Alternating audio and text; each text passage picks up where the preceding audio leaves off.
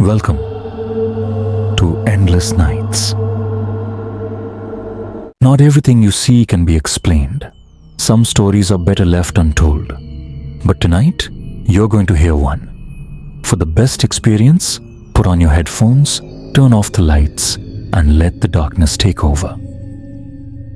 I never believed in curses. Not until the day I found the doll.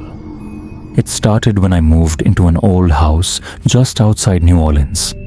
The place had been abandoned for years, left to rot under the heavy Louisiana heat. The moment I stepped inside, I felt something was off. The air was thick, heavy, like it carried a presence I couldn't see. The shadows stretched a little too far. The silence felt watchful, but I ignored it. After all, I had gotten the house for next to nothing.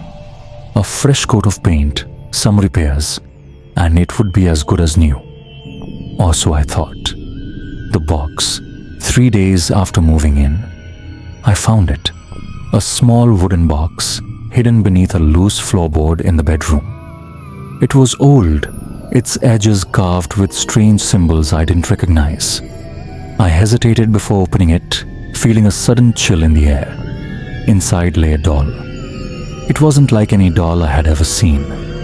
It was crudely made of straw, wrapped in faded cloth that smelled of damp earth. Its eyes were stitched with red thread and its mouth was sewn shut. A small iron pin was lodged into its chest. A strange unease crawled over me, but I shook it off. It was probably just some old trinket left behind by the previous owner. Still, something about it made my skin crawl. I placed it back in the box and shoved it into the closet. That night, the nightmares began. The whispers, at first, they were faint, just distant murmurs barely audible through the walls. But each night, they grew louder. Voices, whispering in a language I didn't understand. Then, the knocking started. At exactly 3:13 a.m., a soft tap, tap, tap would echo through the house. It always came from different places, the closet, the attic, even beneath the floorboards. I searched everywhere, but I never found anything. One night, after the knocking woke me again, I decided I had enough. I would get rid of the doll. But when I opened the closet to grab the box, the doll was gone. Instead, it was sitting in the middle of my bed. The shadows move. I tried everything. I threw the doll in the trash, but the next morning it was back. I burned it in the fireplace, but when I returned to my room, there it was, untouched, staring at me from my pillow. The air in the house grew colder. Shadows moved where they shouldn't. Objects fell off shelves by themselves.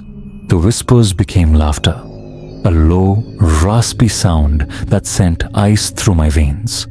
And then, one night, I woke up paralyzed. I could hear it breathing, right next to me. I couldn't move. I couldn't scream. All I could do was watch as the room grew darker, the shadows stretching toward me. And then, I heard it. A voice. Right next to my ear. You shouldn't have taken it. The moment I regained control of my body, I ran. The ritual desperate, I searched for answers. I found an old woman in town, a practitioner of Vodo, who agreed to help me for a price. She didn't ask me how I had found the doll. She only shook her head and whispered, "You were never supposed to touch it." She told me the doll was a binding vessel, meant to hold a spirit. It had been sealed away long ago, its presence hidden from the world. By disturbing it, I had set something loose, something that now wanted me. "There is only one way to stop it," she said. "You must return it to where it came from." She handed me a map. It led deep into the bayou, to a place that hadn't been touched for decades. A place where the spirits never rest. The return. That night I followed the map. The deeper I went into the swamp, the colder the air became. The trees twisted like skeletal fingers, and the mist coiled around me, whispering in a language I couldn't understand. Finally, I saw it. An abandoned altar, half buried in the mud. The symbols on the stone matched the ones on the box. My hands trembled as I placed the doll on the altar.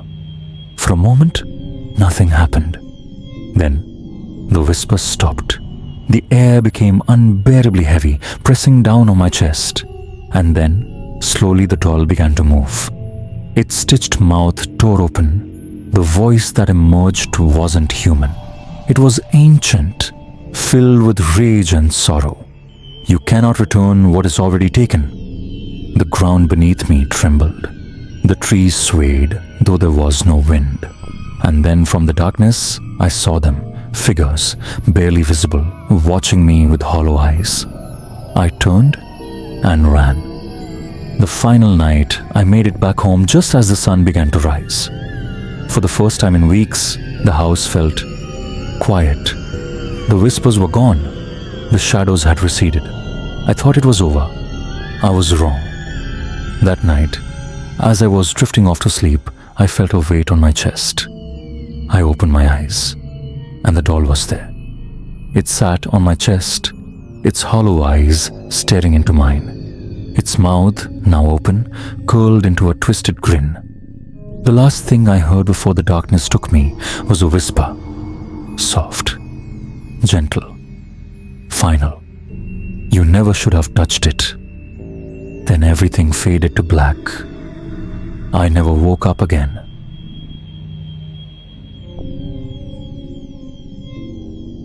Thank you for watching. If you enjoyed this creepy story, don't forget to like and subscribe to my channel. And remember, the darkness is always watching.